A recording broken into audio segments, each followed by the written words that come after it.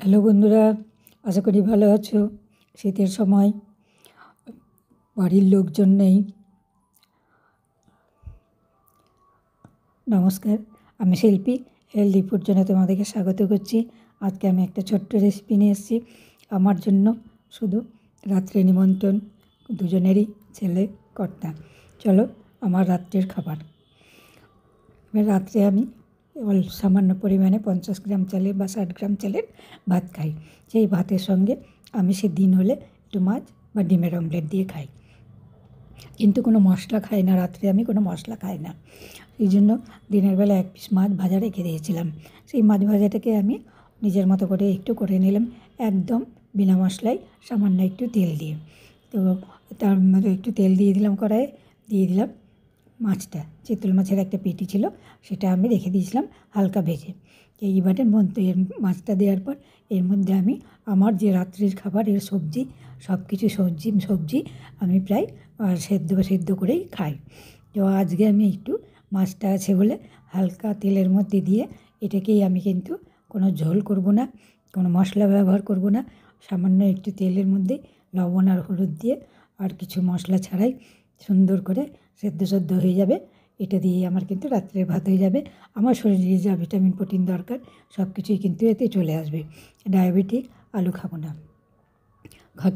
Diabetic nephropathy, কোনো মশলা খাওয়া যায় না।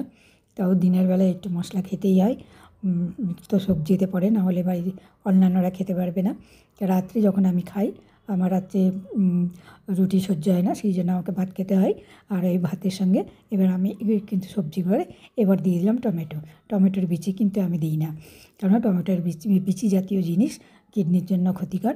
সেই জন্য যেহেতু ডায়াবেটিক নেফ্রোপ্যাথি অলরেডি আমার একটু শুরু হয়ে গেছে, মানে ক্রিয়েটিন একটু হাইয়ের দিকে যাচ্ছে, সেই জন্য আমি কিন্তু কোনো রকম গুঁড়ো মশলা বা কোনো কিছু আমি নিজের খাবারের সঙ্গে দিই না। আর রাত্রিবেলা শুধু আমি ভাত খাই বলে আমি নিজের রান্নাটা নিজে টুক করে মানে করে নিই। বেশিরভাগটাই সেদ্ধ হয়, ডালে সেদ্ধ। আর ওই যে ওদের জন্য আছে দুধ আর হটপটে রুটি, এটা আমার রাঁধুনি করে রেখে যায়। আমারটা আমি নিজে গরম করি, কারণ শীতের সময় তো গরম না হলে খাওয়া যায় না। এই মাছটাকে এইভাবে প্রায় 15 থেকে 20 মিনিট সাঁতলে আমি কিন্তু সিমে রেখে করে নেব। এত সুন্দর লাগবে খেতে। আর কাঁচা লঙ্কা দিয়ে দিয়েছি, কাঁচা লঙ্কার বীজই কিন্তু আমি বাদ দিয়ে দিয়েছি। আমি কোনো কিছুর বীজ খাই না, সেই কারণের জন্য। দেখো আমার রান্না, এর মধ্যে একটু জল দিয়ে দিলেও হতো, তো যেহেতু গরম ভাতের সঙ্গে খাবো, সেহেতু আমি আর এর মধ্যে জল দিয়ে আর সময় নষ্ট করলাম না।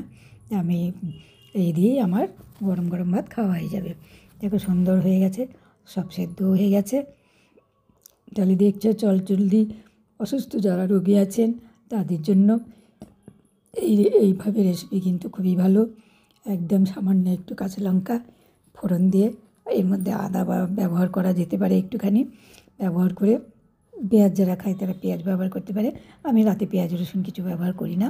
রাতের খাবারটা আমার খুবই সিম্পল হয়। এইভাবে কিন্তু যাদের বাড়িতে রোগী আছে তারা এইভাবেই খাবারগুলো করে নিতে পারে।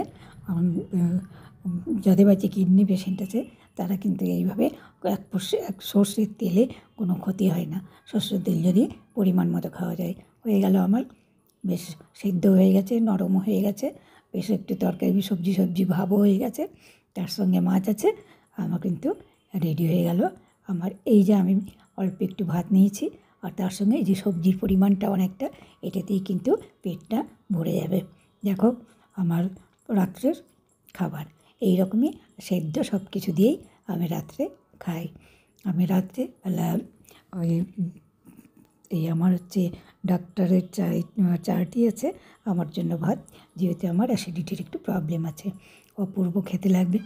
তোমরা যাদের বাড়িতে রুগী আছে, কিডনি পেশেন্ট আছে, তারা কিন্তু এইভাবেই করে নিতে পারো। ভিডিওটি দেখার জন্য ধন্যবাদ। পরের ভিডিওতে দেখা হবে। আর প্লিজ চ্যানেলটা সাবস্ক্রাইব করে পাশে থেকো।